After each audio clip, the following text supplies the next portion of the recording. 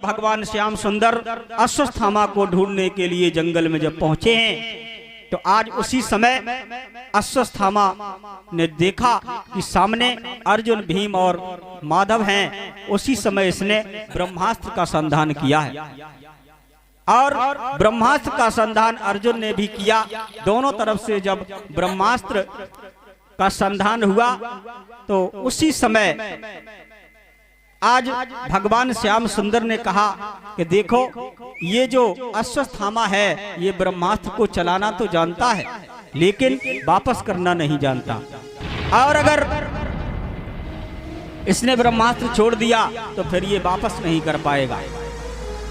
इसलिए आज अर्जुन ने अश्वत्थामा के ब्रह्मास्त्र का काट किया और काट करके अश्वत्थामा को बांध करके आज द्रौपदी के सामने लाए हैं। जिस समय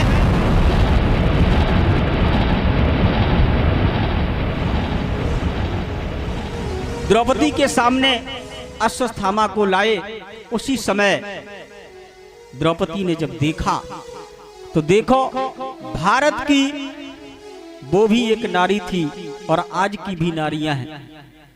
मेरे भक्तों, उस माँ ने जिसके 5-5 पुत्रों का वध करने वाला उसकी आंखों के सामने खड़ा है, फिर भी उसने क्या जवाब दिया है? द्रौपदी ने कहा कि मुच्यताम मुच्यतेषु ब्राह्मण नित्यम गुरु, छोड़ दो ब्राह्मण सदैव गुरु होता है। क्योंकि द्रोणाचार्य जी का पुत्र था ये अश्वत्थामा, और उस नाते से आज द्रौपदी ने कहा कि छोड़ दो ब्राह्मण सदैव गुरु होता है। ये गुरु पुत्र है इसलिए इसको छोड़ दो। अब आजकल की कोई होती और मारने वाला सामने आ जाए हैं तो उसका वध ही कर देती। ये माँ द्रौपदी की बात है, उसने कहा छोड़ दो मेरे भक्तों। तो आज उसी समय ऐसा लेख मिला है कि अश्वत्थामा के सर के बालों का मुंडन कर दिया और पूरे उस राज्य में घुमाया और इसके बाद उसको छोड़ दिया। अच्छा, एक विद्वान कहता है कि अश्वत्थामा के मस्तक में मणि थी, उस मणि को निकाल लिया और इसके बाद छोड़ दिया। विचार करो, हमारे आपके शरीर में ऐसी कोई जगह है जहाँ पे कोई चीज रखी जा सके? हैं? मणि एक पत्थर होता है, उसका प्रभाव है और उसका महत्व है, उसमें शक्तियों का निवास होता है, इसलिए उसकी वैल्यू ज्यादा है, महत्व ज्यादा है। मेरे भक्तों, हर आदमी की मणि उसकी इज्जत होती है, और समाज में जिसकी इज्जत चली जाए समझ लो उसकी मणि चली गई। तो मेरा अपना ये मानना है कि अश्वत्थामा की जब समाज में कोई इज्जत नहीं रही और ये जा करके नैमिषारण्य क्षेत्र में 84 कोस की परिक्रमा करने लगा, और कुछ लोग तो कहते हैं कि आज भी जो लोग जाते हैं परिक्रमा करने, उन्होंने वहां पर अश्वत्थामा को देखा है कई लोगों ने। और इस प्रकार से अपने अपने अलग विचार हैं। मेरे भक्तों, इसके बाद अश्वत्थामा चला गया। इधर पांडवों ने जिस समय देखा कि सूर्य उत्तरायण हुए, उसी समय भीष्म पितामह ने अपना शरीर छोड़ने का विचार किया। जिस समय कुरुक्षेत्र के मैदान में पहुंचे तो आज भीष्म पितामह ने द्रौपदी और पांडव, मधुसूदन सभी ये सामने खड़े हैं। भीष्म पितामह युधिष्ठिर को राजधर्म, नीत धर्म, स्त्री धर्म और विभिन्न प्रकार के न्याय धर्म इत्यादि धर्मों का निरूपण करते हैं। अच्छा, उसी समय द्रौपदी ने कहा भीष्म पितामह से कि आज तुम बहुत नीत की बातें कर रहे हो। जिस दिन मेरी इज्जत लूटी जा रही थी, चीर हरण हो रहा था, उस समय तुम्हें कोई ज्ञान नहीं आया। तो लिखा है किसी विद्वान ने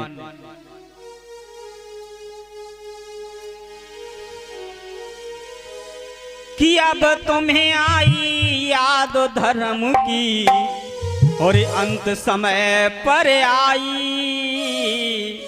और जही याद पहले आ जाती होती ना लड़ाई।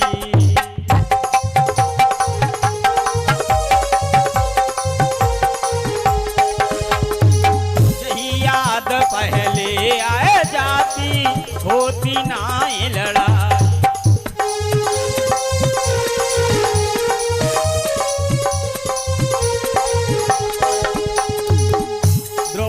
बोली है भीष्म पितामह से, कपट के पास जुआ में रच कर धर्मराज बहकाए।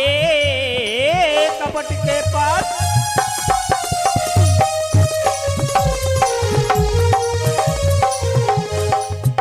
हाँ, कपट के पास जुआ में रच कर धर्मराज बहकाए। और अरे भेज दिए फिर बारह व्रत में एक दया नहीं लाए।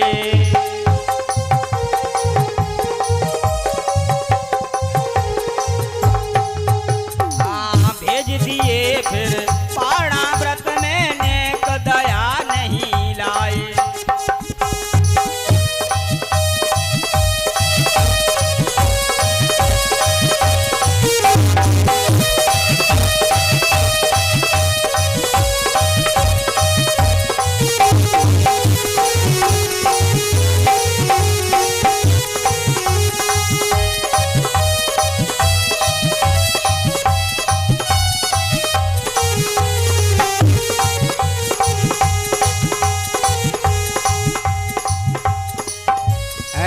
अब तुम्हें आई याद धर्म की अंत समय पर आई। यही याद पहले आ जाती होती ना ये लड़ाई। याद पहले आ जाती होती नहीं लड़ाई।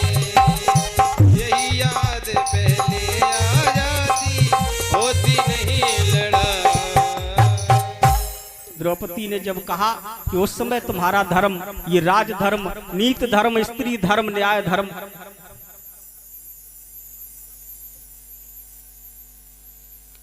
और ये हमारे भैया श्री चंद्रपाल जी उग्रापुर निवासी 201 पुष्प मुद्राएं भगवान के सी चरणों में समर्पित करते हैं। भगवान से हमारी प्रार्थना है सदा ही धन के भंडार भरे रहें, जिससे धर्म के प्रति इनके हाथ हमेशा बढ़ती रहें। बोलिए भक्त वत्सल भगवान की जय। उसी समय भीष्म पितामह कहने लगे, द्रौपदी तुम जो भी कह रही हो ठीक कह रही हो। उसका कारण ये है कि उस समय जब तुम्हारा चीरहरण हुआ, हमने दुर्योधन का कुधान्य खाया था और उस कुधान्य के द्वारा हमारी बुद्धि भ्रष्ट हो गई थी। तो उस समय हम उस अन्याय को रोक नहीं सके और अब अर्जुन के बाणों के द्वारा हमारे शरीर में जो कुधान्य के द्वारा जो खून उत्पन्न हुआ था वो सब छलनी हो गया, सब खून शरीर से निकल गया। इसलिए अब हमारी बुद्धि सही हो गई है। मेरे भक्तों, जैसा खाओगे अन्न वैसा बनेगा मन, और जैसा बनेगा मन वैसी बनेगी बुद्धि। जैसी बनेगी बुद्धि वैसे होंगे विचार, और जैसा होगा विचार वैसा होगा काम, और जैसे होंगे काम वैसा मिलेगा फल। ये सूत्र है। तो इसलिए अन्न सोच समझ के खाओ। हाँ, अगर दूषित अन्न खाओगे तो सब काम गड़बड़ हो जाएगा, जीवन बिगड़ सकता है। तो अन्न बहुत सोच समझ के खाओ। इसलिए हम लोग संत महात्मा भक्तजन जब भी भोजन करते हैं तो सबसे पहले भगवान को समर्पित करते हैं। काहे जा मैं अगर मिर्च ज्यादा हो तो तुम ही पहले खाओ। और मान लो कोई मसाला ज्यादा खाता है, कोई तेल ज्यादा खाता है, तो भगवान ही को बीमारी हो हम बचे रहे। और बोलते हैं कि तुदीयम वस्तु गोविंदम तुभ्यमेव समर्पये।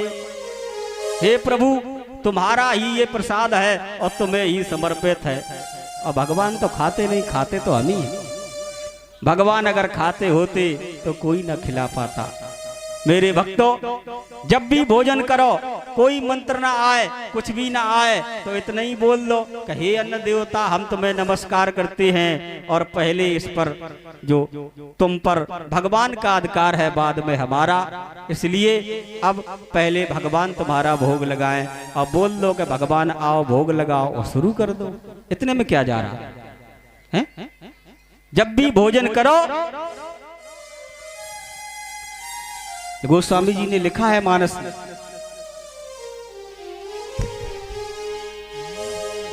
कि तुम ही निवेदित भोजन करही, तुम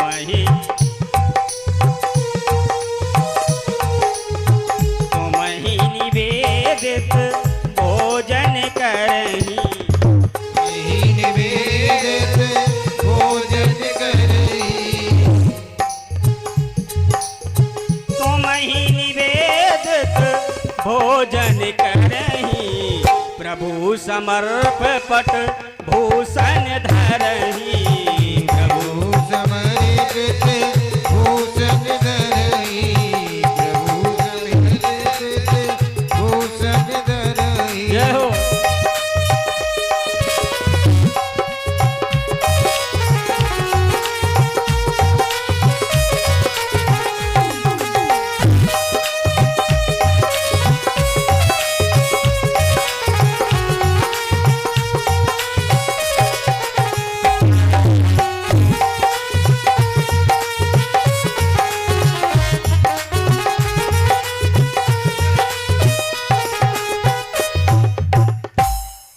तुम ही निवेदित भोजन करही, हम अपनी मर्जी से थोड़े ही कह रहे। गोस्वामी जी ने लिखा कि तुम ही निवेदित भोजन करही और प्रभु समर्पित भूषण धरही। भगवान को जो भोजन है निवेदित करके और उन्हें दीजिए।